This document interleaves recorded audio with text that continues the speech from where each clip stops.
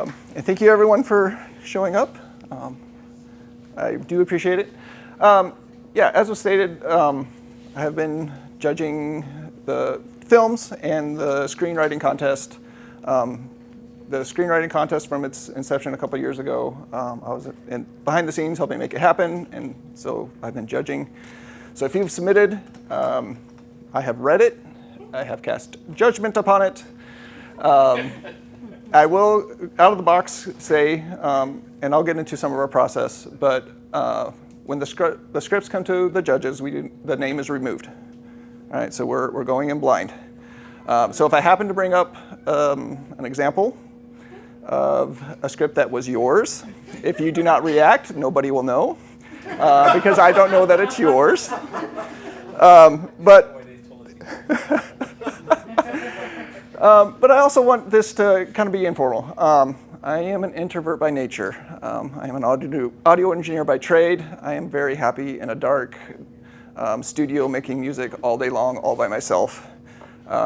So being up front is not my natural habitat. So there's going to be times I'm going to ask for some participation and a little bit of back and forth. And this is a 101 class.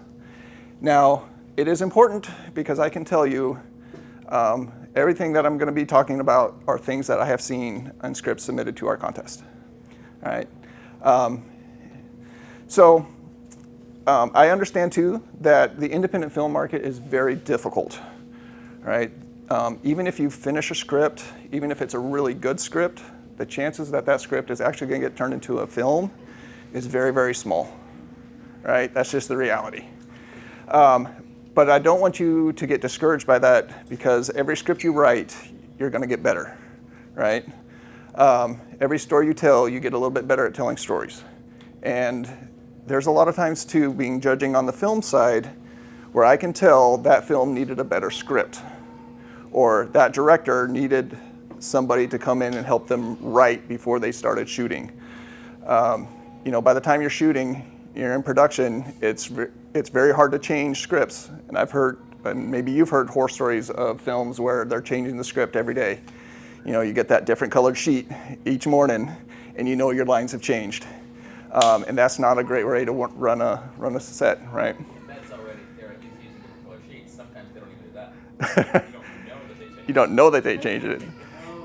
So the tighter you can get your story, the tighter you can get your script from the very beginning, the better your final product is going to be. Now, also, your script to what the final edit, your story is going to change, right? At some point, unless you're a writer, director, actor, like unless you're in the mix the whole way, that story is going to change. And truth be told, you want it to change. Yes, thanks, Micah. Truth be told, you want that story to change because you want that finished product to be the best it can be. This afternoon, we're going to focus on loglines and summaries because these are worth points, right? So for our contest, you get or lose points based on your logline and your summary. For our contest, I'll couch it that way. But also, there's a purpose. Like you're trying to get someone on a journey to read your script, right? So if you have just a quick second with someone, that's what the logline is for, right? It's that hook. You want to reel them in. Now, you want to take them on that journey to your summary, right? You're not, well, or maybe I should ask the question, how successful has anyone been just handing a script to somebody and that person actually reading it? I got one person typically say that, or if you hand it to the right person, right, okay, but your mom does not count. Your mom loves you and she's unwilling to break your little heart. I will say I am very low on empathy. It's something I'm working on. But you're not going to get much empathy or sympathy from me. But I'm trying to encourage you. I want you to be encouraged. I want to read better scripts. I'll put it that way. There's a little bit of selfishness in this. I want to read better scripts Because if I'm reading better scripts, that means the next films coming down out in the next few years will hopefully be better. Does that make sense? Okay. Thank you. Yes. Yeah, I don't. Oh, sorry. Yes, let me. Is that? Yeah, perfect. Great. So yeah, you logline, get them to read your summary. Summary, they're going to read the first page. If they read the first page, they might get to the 10, 15 pages. If they get past 10 to 15 pages, they may go all the way to the end. If they go all the way to the end, you want them to then tell somebody about your script, right? So this is just my take on what I hope you guys are able to do as writers. Maybe I should ask this question. How many of you are script writing the scripts? Most of you. Producers? Directors? Everything. A little bit of everything? Yeah, I mean, that's very common in independent film, but okay. All right. I do not know how many times I have said to myself when looking at the next entry that I'm about to read, that is not a logline. All right. Now, we'll spend a little time, but there's formulas out there. There's a lot more people much more educated on the how-to of a logline. And this is fundamental to script writing, okay? And it's free. It's out there for free. There's lots of people who have great opinions on what your logline should be. I'm going to give you some of my opinions. But there's many times when I'm going through my list of checking off scripts as a judge, that's not a logline. A big red flag to me is when the square that has the logline and the square that has the summary is identical. Okay, we'll get into that. All right, a summary is not a logline is not a summary. They need to be different. Okay. So here's a couple things that a bad logline indicates to me. Two major things. First of all, the author does not understand the story. Now you may say, Caleb, this is my story. I wrote it. Obviously, I understand my story. But if you cannot boil your story down to a logline, I contest you do not understand your story. Okay? Maybe you're trying to tell the story from the wrong perspective. Maybe there's lots of potential problems with what it could be, but if you have a bad logline, to me, from my experience reading scripts, I know if it's a rough logline, it's going to be a rough script. Okay? Also, if it's a bad logline or a rough logline, you don't understand your audience. All right? Now, I will also put on the caveat that not every script is a Christian Worldview Film Festival script. And I'm going to spend some time here toward the end to help you understand us as a festival, what we're looking for, what things will automatically disqualify your script. But I also want you to understand, too, that a contest is a very specific audience, right? So just this last year, we had over 50 scripts submitted. All right, so if you 50 scripts, 90 to 120 pages, you can do the math, you can figure out how much reading that's going to require for our judges, right? So you already know we're committed as a judge to an X number of hours of reading. And there's a part of my brain that's just like, I got to plow through this, right? Like, I got to get this done in time so that we can move forward with the process. That's part of this being an audience. That's part of the audience that you're, for a contest script that you're submitting toward, you need to understand. Is this kind of making sense so far? Okay. Let's have a little bit of fun.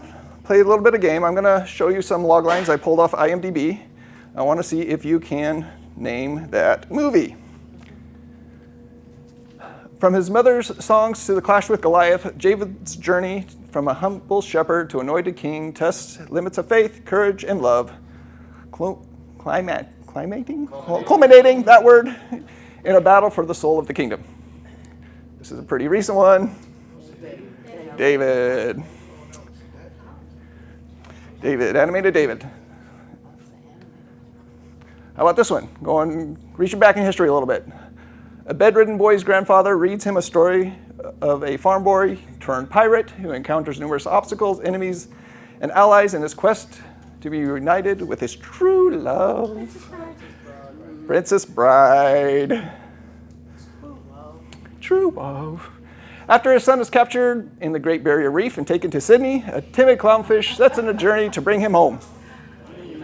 Nemo! All right. How about this one? Scottish warrior William Wallace leads his countrymen in a rebellion to free his homeland from tyranny of Edward the King. Braveheart. Okay, how about this one? A robot who is responsible for cleaning a waste-covered Earth meets another robot and falls in love with her. Together they set out on a journey that will alter the fate of mankind. Wall-E. Yeah. All right, are you guys kind of sensing a few things here looking at these log lines? Paralytic Marine dispatched to the moon Pandora on a unique mission to become torn between following his orders and protecting the world he feels is his home. Avatar. All right. Probably. All right. Helpless young Viking who aspires to hunt dragons becomes the unlikely hero or unlikely friend of a young dragon himself and learns there may be more to the creatures than he assumed. How to Train Your Dragon, one of my favorite soundtracks. And just a side note, the main theme is one of the songs I listen to when listening to a new room. It's got a great soundtrack. All right, last one. A dishonest used car salesman decides to become the salesman that God wants him to be with surprising results. Flywheel. Had to throw in a Kendrick one just because. All right, so we'll pull a few things from these, but just hopefully you can see log lines. They tell you what the story is, essentially, all right? And that's going to be my first point. With a log line, it tells you what it is. I don't know if there's some people in here who probably are not old enough to remember opening up the newspaper, turning to the entertainment section, and you're reading those little blurbs of what's showing in your local theater, right? That's what log lines, right? Like you're trying to decide, hey, what are we going to spend our money on, right? But they're still important. It tells what it is. You don't want to hold anything back from your log line. All right?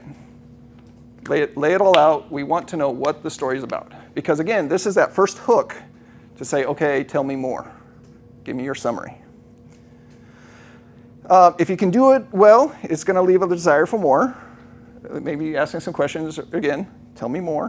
What's some of the details? Now, use as few words as possible. If you'll notice, most of those, or I guess I should go back and count, but one, maybe two sentences.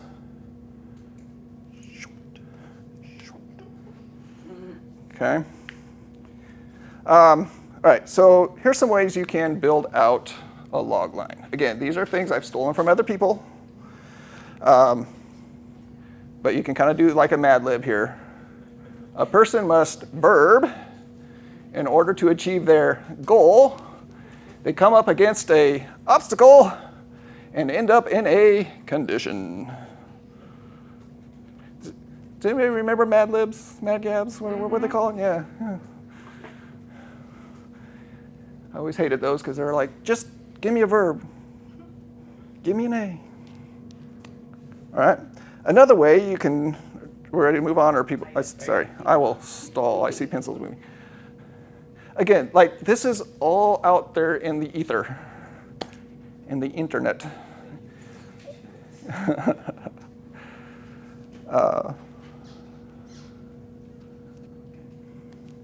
Ready to move on to another possible way to write? Okay. So here, this is, was able to cite this one. This one does come from Save the Cat. Now, before you guys get too poo-poo-y on Save the Cat, the dude made money, all right, on his scripts and his books, but he was a successful screenwriter. And so this is how they build it out from Save the Cat. A type of person or hero faces a type of antagonist or an obstacle, creating conflict for the hero, causing the reader to ask an open-ended question, what will happen next? Right? Again, reel them in. Set that hook and say, come on, read my script. Right? Or read my summary. This is the Costco sample of my story. Right? This is what it is. Now go buy the family size pack, right? Now, while you guys are writing that, the next transition is a logline is different than a summary, which is different than an elevator pitch. Okay, so an elevator pitch kind of falls in between logline and summary. If you're not aware, elevator pitch comes from experiences in Hollywood where someone accidentally gets in an elevator with an executive and they have 2 floors to pitch their story that's going to change Hollywood forever, right? And the executive is just pushing that button saying, open faster, open faster, open faster. All right, we ready to move on? Okay. So an elevator pitch is more of like, it's the story about, right? So this is a little bit longer, but again, not quite your summary. It's maybe the extra large version of your log line. Maybe a few more details. Or even if you did this, like it's a story about, this is my log line, it's a story about, and just answer that question, you will be way ahead of a lot of our entries. All right.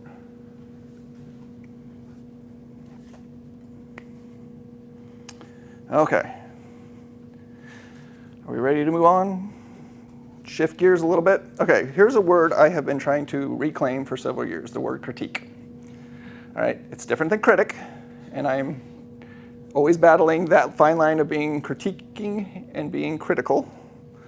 I try not to cross that line too critical. But I also want some group participation here, and now I know some people are very concerned about, I don't really want to tell you my idea because somebody might steal it, right? So, before I ask for group participation, I would like you all to raise your right hand and repeat after me. I solemnly swear, not to steal anyone's idea, only to create derivative works. Okay, we good to move on? All right, so is anyone willing to share a logline they are contemplating, share it with the group, and then let's critique in love and try to help spur each other on to better loglines. I saw, ma'am, you in the back. We'll start. Yes. Well, yes. I know I should know it off by heart by now, but we've just changed it, so bring that. Okay, and then so you'll say, or here, why don't we, for posterity's sake, I will give you the mic so I don't have to repeat it. As survivors of a brutal massacre during the 1976 Lebanese Civil War, a father must lead his family through enemy territory, aided by supernatural guidance, only to be forced into a final confrontation where he must choose between mercy and revenge. Did everybody hear that? Well enough? Okay. Is anybody willing to give the first critique, or do I need to lead the way on a critique? Kind of like lost me after the second, Okay. third. It's very long. You had, some of those formulas, you had the formulas, but long. Yeah, you like by the time you get to that third or fourth point, you're like, what? Who are we talking about again? Now, a good critique is you're using the type of person, not a person's name. Like if you notice, most of those, even the famous films, unless it's like a William Wallace, that's pretty well known across cultures, across. You usually don't want to use a name of your character. But yeah, I think try to chop it down a little bit. It will benefit the log line. So this is one that I just came up with a few nights ago and that one of my roommates critiqued. A ragtag group of high school students unite through their shared passion for music and various hardships to make a positive change in their school. Okay. Did everybody hear that one? Well enough? What's the obstacle? Okay. Not a really great, they need a bigger challenge to face. or clarification on what they're actually facing. Logline? Yeah, on the Logline. Okay.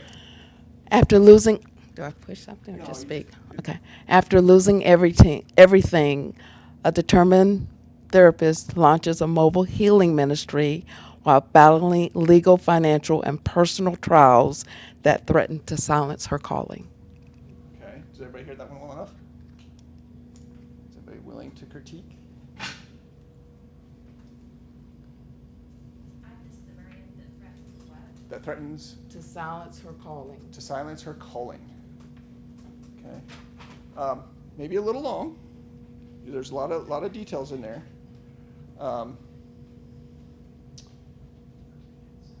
Is it an intriguing, like, is it the idea, like, is the challenge, I don't know, I'm trying to formulate my thought here. Let me ask, who's your target audience for this story? Women. Is it women? Okay. So a term I hear a lot used is like, what's primal about the story? What's going to connect with other women that's going to draw them into this story enough to say, I'm going to go to the theater to watch that? Like, is there a child? Is there, is it that motherhood, or is it, I don't know, something a little more primal, a little more, yeah. That's kind of my knee-jerk reaction to hearing that. Just what's What's going to draw What's the- women in? yeah, what's the Something emotional saying, tug? I've been through that. Okay, the emotional tug would be she survived domestic violence. okay. So you need to get that idea into that line.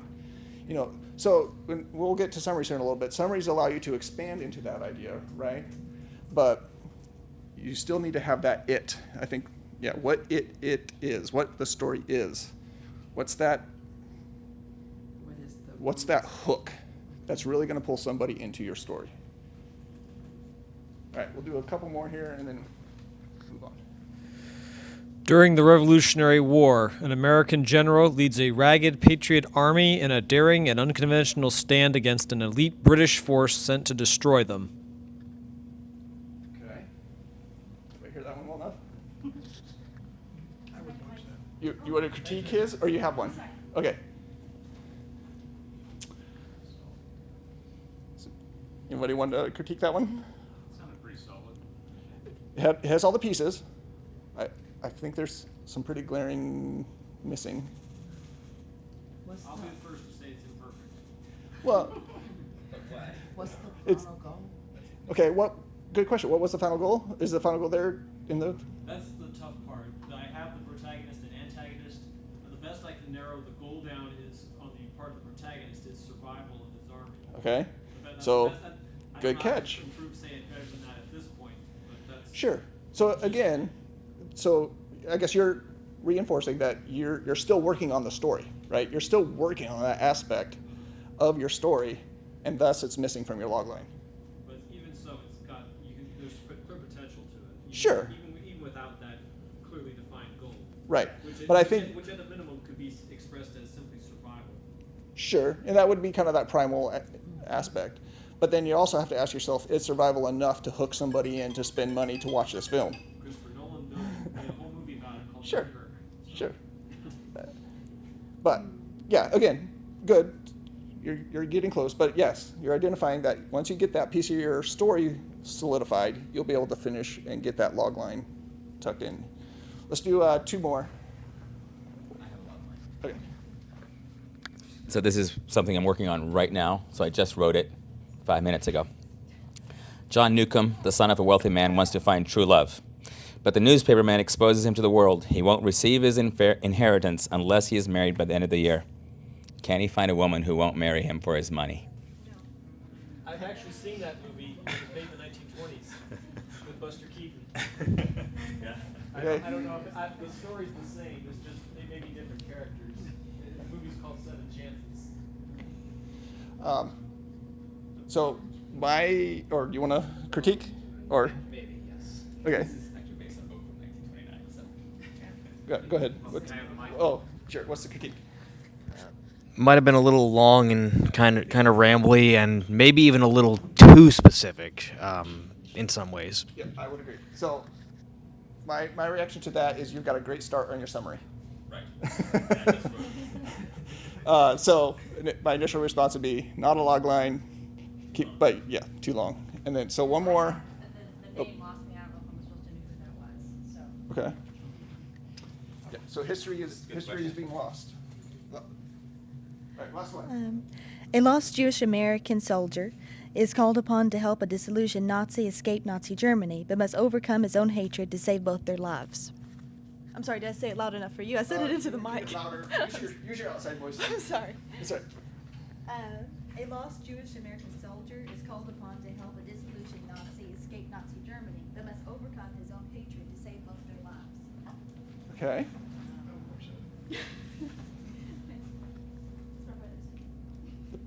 The pieces are there. Is anybody willing to critique? Oh, sorry. This will be the last one. And feel free afterward, like you guys all now know each other, ish. Feel free to share log lines and critique each other and love and spur each other on. But thoughts on this one? Log line have to like really trigger an emotional connection, I guess. Not necessarily, but it helps. It sure helps. Because if you got that emotional tug, and then this one it's the danger, right? That kind of does pull you in. It does me. But I feel like you're on the right track with that one. I don't have an initial like here's a great way to improve it. If that came through in the contest, I'd be like, you got at least 5 points, if not more. Right? So, all right, ready to move on? I don't want to sit here too long because I also want to talk about summaries. Now, this is a definition pulled from 1828 Webster's, so you can go find this yourself. But I want to highlight some things that are also highlighted in the definition. All right, a summary. Into a few words. Short, brief, concise. If it's over a page, I'm out. Right? I have 50 plus scripts to read. If your summary is over a page, I'm done. Right? Is there something that's too short for a summary, like 5 sentences? Is that too short? If you're short, and actually, like there was one submission this year that was a short film that made it pretty far in the competition purely because it was short. Because we're like, we can read that one, we can send that off to our other judges. And now you need to be thorough, but yeah, the shorter the better in your summaries, right? And this is where you can start expanding. You can probably drop in some names of your characters. You can get more of the emotion or some more of the, it's not as just raw as a log line. Your log line is, this is it. You can get a little more flowery. You can get a little more, this is also going to give a flavor of your writing style.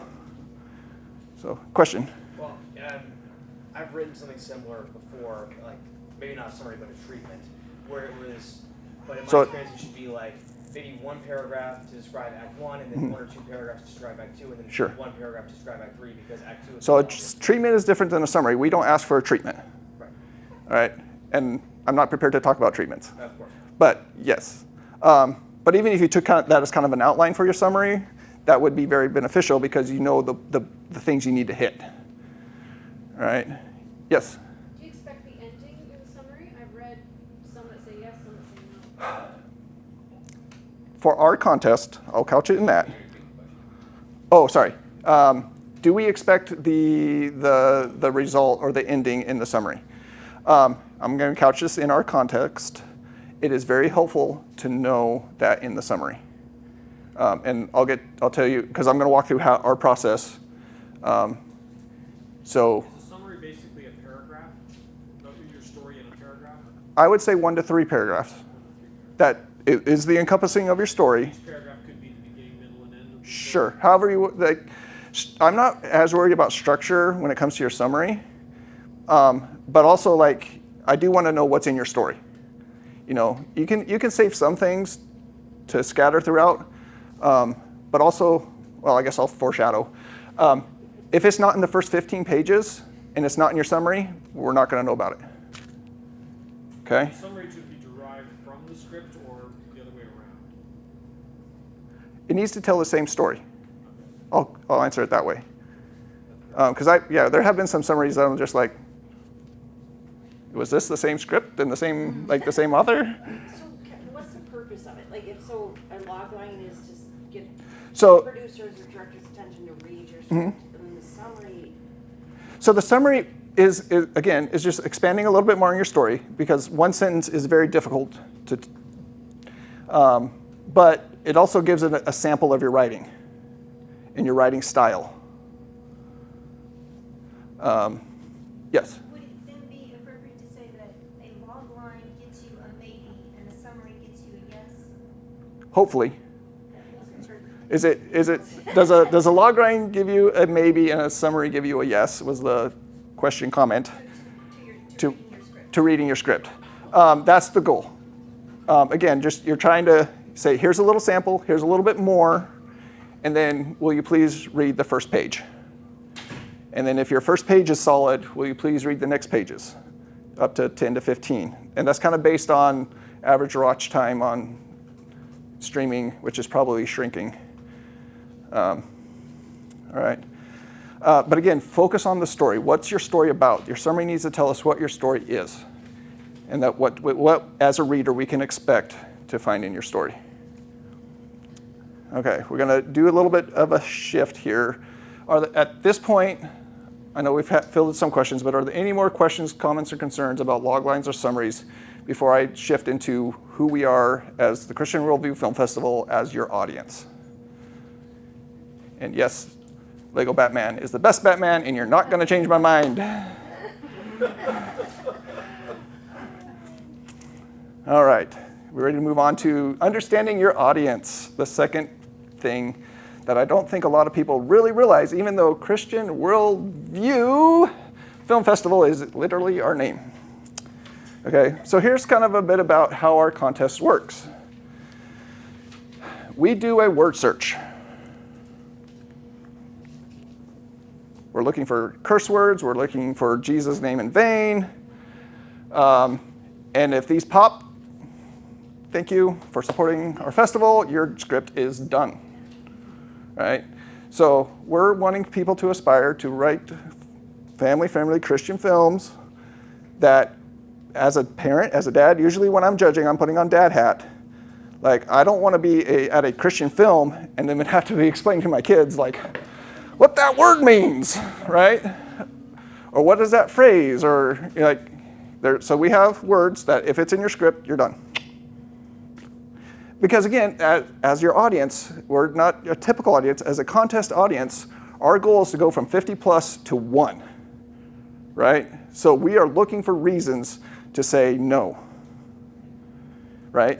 Now, producers and other people are like, we need a winner. Like, we need a film that people want to watch, right?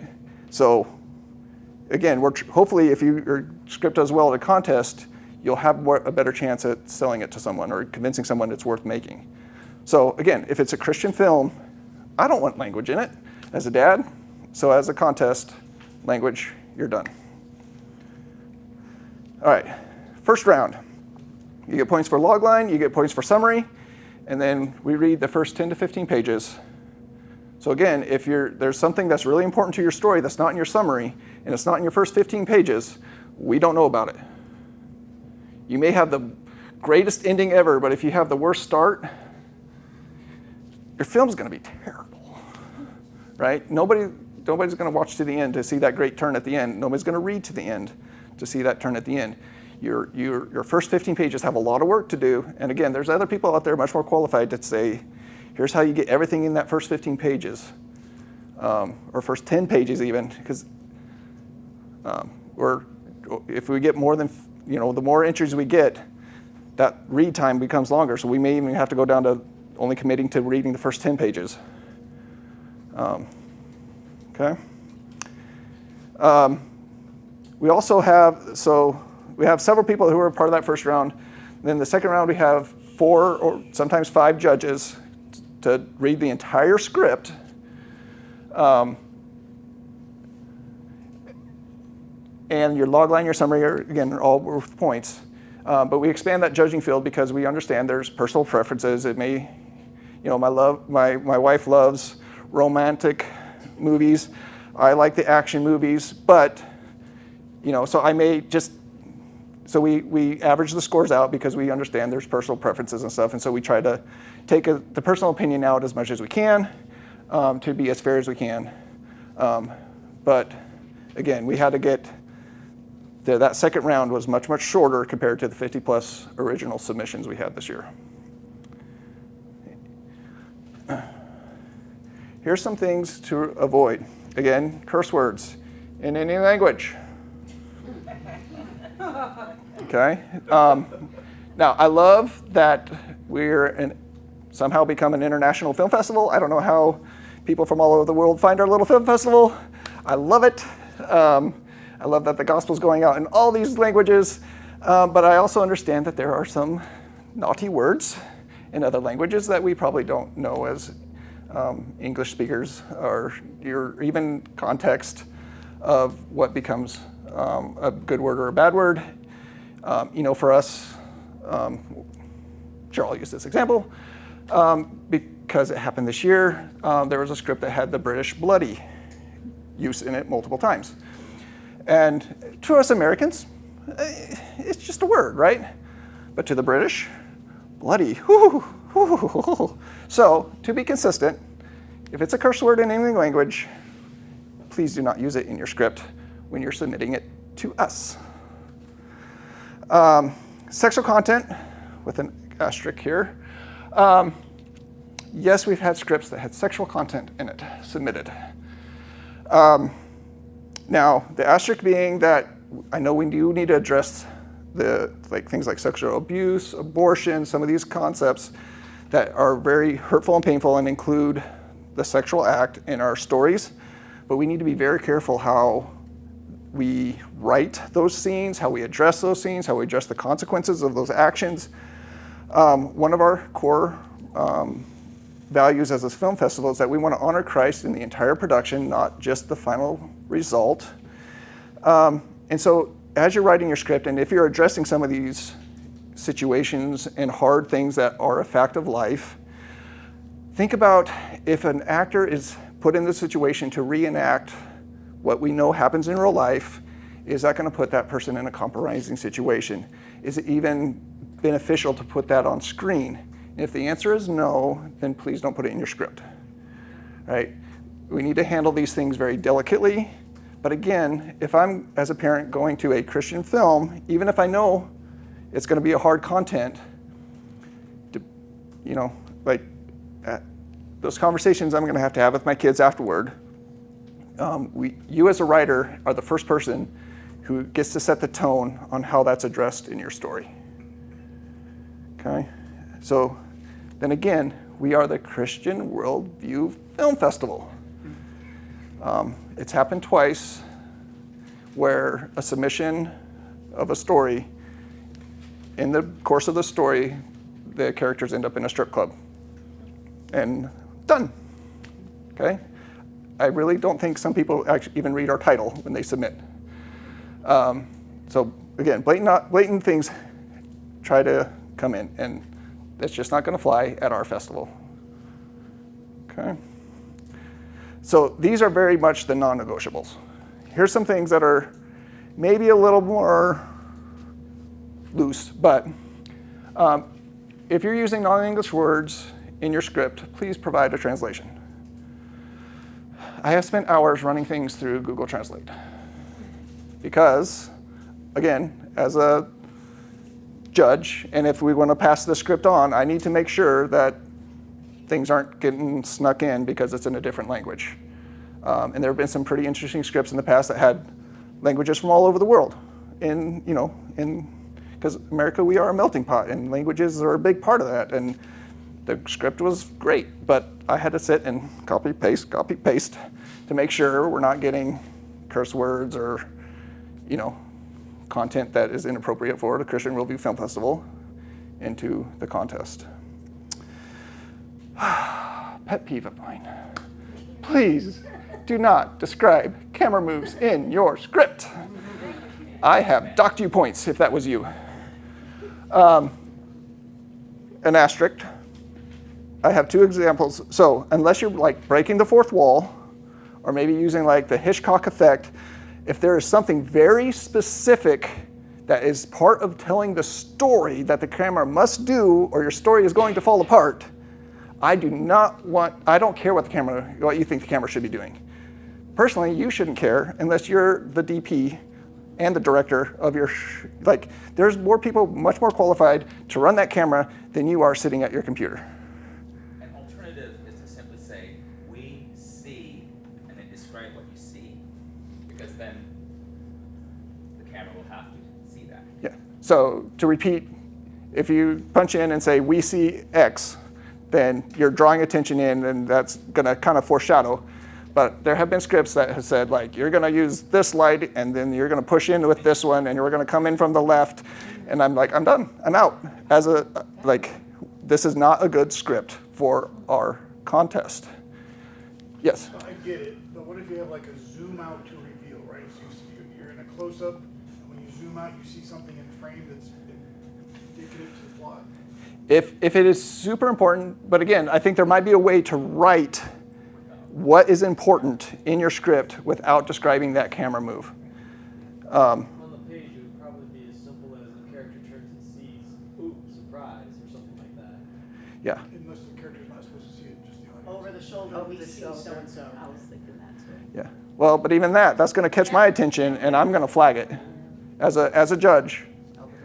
Even over the shoulder. Like, just tell me your story. I think that's what this is really boiling down to. Like, I don't care how the story is going to be told. I want you told. I don't care how the story is going to be told.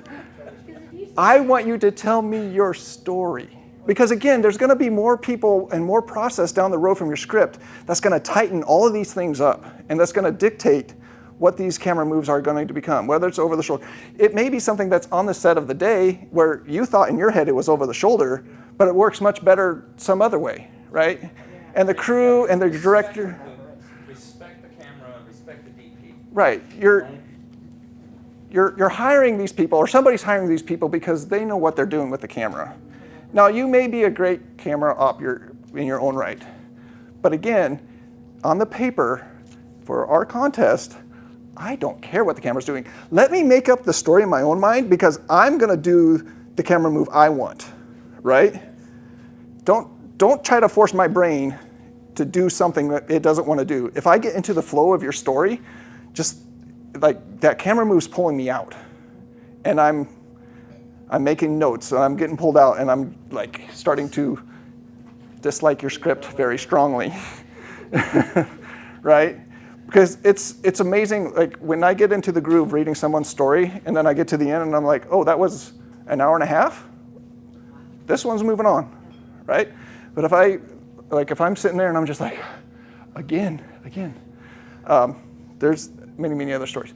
Okay, this is another thing. Do not over-describe your setting. Do not over-describe personalities or your locations, because again, these are going to get flushed out down the line. You may have a great location in your brain, but your location scout may not be able to find it, right? Give me just enough that I know, is it anywhere USA? Are we in another country? Are we Highland? Are we on the coast? Again, let my brain tell the story, and you just suck me into your story. Because I want to see white pages. If there's a lot of text, if there's a lot of description, unless it's like completely fantasy animation, I give a little more grace for that, because you're creating an entire world out of nothing. If your story is set in our known universe, do not over-describe. Just give me enough that I know where these things are supposed to be happening, because the less I have to read, the more I can get into your story, the more I'm going to enjoy the process, which gives you a higher chance of getting moved on, right? And again, a lot of these things are things that are going to get, if it gets into production, they're going to get decided, changed by other people as they start to speak into your story. So don't hold on to them too tightly. All right. Here's some ways to be remembered. Have a good title. All right. Again, we had 50 plus scripts, and then we go sit down and we start talking about them, which ones we need to move on, and like, well, it was this title, and like, well, what was that story about? And I don't remember. And you know, your title, if you have a good title, it's going to stand out a little bit better. It's going to have a better chance of being remembered, floating to the top. All right, have some good phrases or turning or memorable lines. You know, I'm sure if we started it, we could all just go on for a long time quoting our favorite movie quotes. That was a game I would play with our kids, and when we went on hikes and they start to complain, and it's like, all right, let's play Name That Movie, and you start quoting. Very few lines are remembered when I'm reading these scripts. You know, have some fun with it. You know, a fun line, a memorable line. You have something that kind of stands out, even from the rest of your script. The line needs to fit your character. Like, you know, memorable lines fit the character. Okay, have characters living out biblical principles in a natural way. I know Billy Graham was very influential in our history and our society, but a lot of times, one of my pet peeves with Christian films is that we're telling the story, and now we have our Billy Graham come to Jesus moment, and now back to the story, right? No, like, if you write your characters and they're living out God's word in their day-to-day life, and they're struggling with things, or they're loving on people, or like, just make it natural to the story, you're going to keep us in the flow, all right? And there may be a preaching moment or whatever, but like, it needs to make sense in the story. And I don't know the answer to it, but I'm always like, how do we make church look fun in movies? Because it always looks not very fun. All right. And then again, we are the Christian Worldview Film Festival. We are your audience as judges. We are really looking at the theology. We're looking at, you know, if you're going to have conflict, or you're going to have something that we know happens in our life, there's sin or there's consequences of sin, how is that dealt with? How is it responded to? How do the people around what's happening responding to that situation? I know it's a lot of work. It's very hard to write a script that ties all of these things together, but I know it can be done. Okay, so again, memorable lines. This is one of my favorite. If you're referring to the incident with the dragon, I was barely involved. All I did was give your uncle a nudge out the door. All right, I may be a bit of a Tolkien nerd, but again, just an example of a memorable line. Like, I quote the beginning of that one all the time in situations like, if you're referring to the incident with the dragon, and then my wife rolls her eyes and walks away. But I know script writing can be very, very tough. But again, a little bit selfishness here. I want to see some really great scripts next year. I want to see some really solid log lines, some really nice, concise, well thought out summaries. Because again, my hope is for you as a writer to find success. And our contest is kind of a way to judge where you're sitting in the community of writers. And yes, we're very strict. We got to narrow it down to one, right? There can only be one winner in our contest. And so we have a hard job. You have a very hard job. But I hope you hear me say, I want you to succeed. I would love for us to be sitting there and saying, like, we got to redo how we do this contest because we have so many solid scripts that we can't narrow it down to just a winner. I would love to be in that situation. But I'm going to go to just questions and comments and concerns here as we kind of finish out. On to the log lines. Ending with a question, what do you think? Probably not. Just my knee-jerk reaction. Log lines ending in a question, probably not. Your summary, yes. I would have to go look, spend some time on IMDb. I don't know how many actually end in questions. I don't know if I've ever seen that. I don't think so. Yeah, maybe putting that in the summary of like, because that, again, that gives you a little more time to set that hook and say, now go read the script to find the answer to this question, or this is the question I want to be asked when you're reading the script. If you read Raiders of the Lost Ark's logline, it's Indy must keep the Ark out of the Nazis' hands. It's not really or won't he. It's just he must. He must. Yeah. Usually that's the gist of most loglines. The hero must accomplish this, or yada yada yada. You want to repeat that? Using the example of Raiders of the Lost Ark, using he must save the Ark, not can he, or will he, or can he save the Ark. I English well, I promise. Whether using loglines or using questions in the loglines, and I think kind of general consensus is probably not, unless it's the best question ever. Yes. A couple of questions. So how violent can these scripts get? Because I mean, sometimes there's a lot of violence. Like Sure. there's a massacre in my life. So How violent? The question is, how violent can a script be?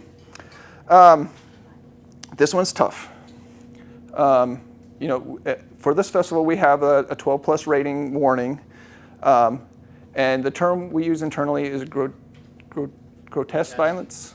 Grotesque violence, because we understand the world is violent. Gratuitous. There we go. Violence in context is one. Yeah, violence in context. Personally, trying to take off my festival hat. I'm a Lord of the Rings fan. And they're lopping off orcs' heads, and it's a very violent story. I enjoy that type of story. True. So there's some nuance there. And I also don't want Christians to be afraid to tackle, because I know the world is very violent.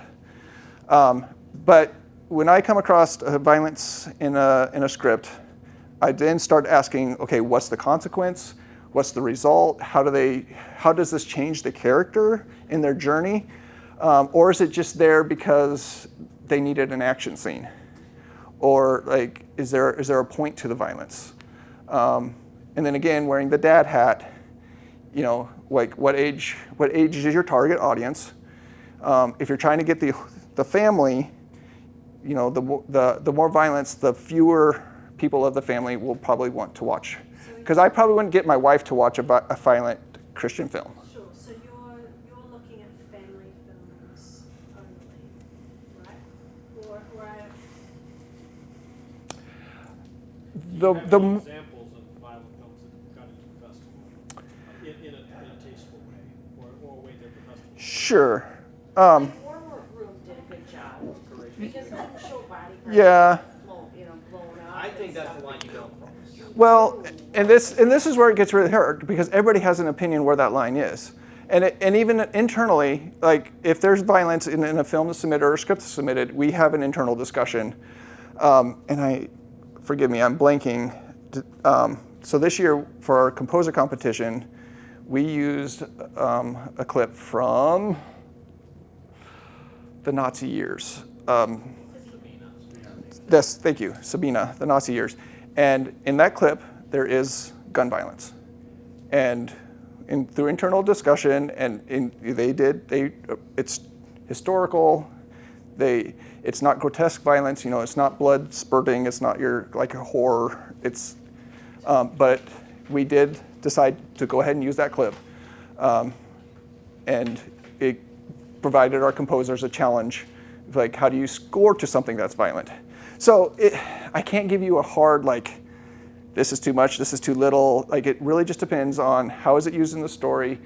Even a couple years ago, there was Nathan Ashton, sound designer, talked about going from an R to a PG-13, and all they had to do was change a sound effect. So even Hollywood is having a hard time deciding what's too much violence, what's, and so I can't really answer your question. Don't be afraid of it, but just know that it's going to be a little bit harder than if it's a solid family-friendly, it can target the whole family. You're probably going to have a better chance at our festival. But it's not a hard no. And again, personally, I would love to see us as a Christian community tackling these issues because I know we live in a violent world, and we need examples of how other people have responded so that we then can respond maybe in a similar way. Is that a good? Yeah. Okay. I was about to say something like Hacksaw Ridge, right? The way that film was done. If you're making a movie about a medic in World War II, it's naturally going to survive. Yeah. Right. Given this line But it's in But the storyline, and it didn't focus on, seeing blood and guts the whole way through. Here's a pacifist, and he's in this war environment. So the war's all around him, but he's in this level of the focus of, Yeah. faith, God. But I don't even know if Hacksaw Ridge we would screen. I don't know. I just like Well, it would it's create not written as right. a Christian film. Sure. So, but I'm saying you could write a film in the same vein of and make it Christian. I'll come to you in just a minute. Beck. Switching the topic to another question. When a script contains some doctrine, so it's a Christian script, but it contains doctrine that does not necessarily line up with your particular doctrine. How is that handled? How do judges handle that? Excellent question. When doctrine is in the story or in part of the script, how do we handle a difference of opinion when it comes to biblical doctrine? Well, first of all, we look at the whole story. Is it going to move on? If it moves on, then we have a discussion on some of that doctrine. Now, I will say, sure, I'll go ahead and say this. We had several submissions that were coming from more of a Catholic point of view, where characters were praying to Mary. That is something that we do not hold as a doctrine, as a core group here at the Christian Worldview Film Festival. So those stories did not move on.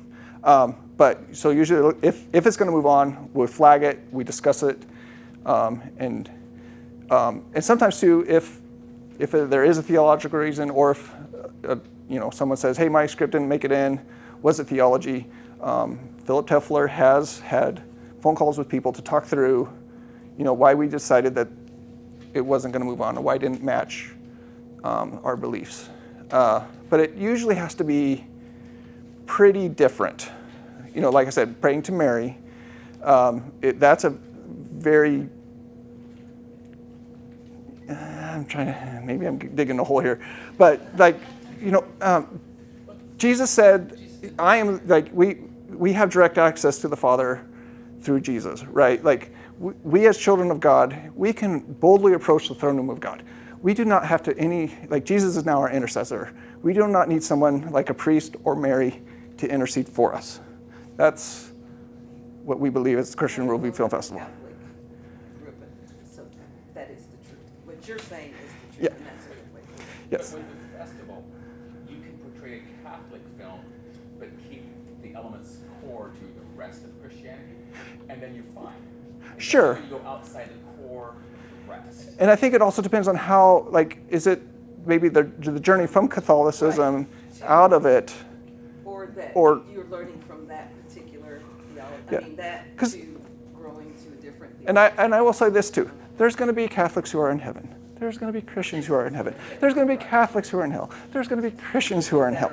Right? We label these things, and I don't want to get too deep into the weeds of denominational differences and things. Something doesn't have to particularly fit yours. It Right. has to be- it doesn't have to line up perfectly. Correct. Because and again, if we want to sit down, or if you want to have a conversation with myself later, or Dan, or Philip, or someone else, and get a little better understanding of or also just go look at our core values, and that's going to give you a good idea of what we believe about Scripture and the Bible. And I believe we're up on the clock. That's what I was going to say. Saved by the bell, saved by the time. Thank you so much.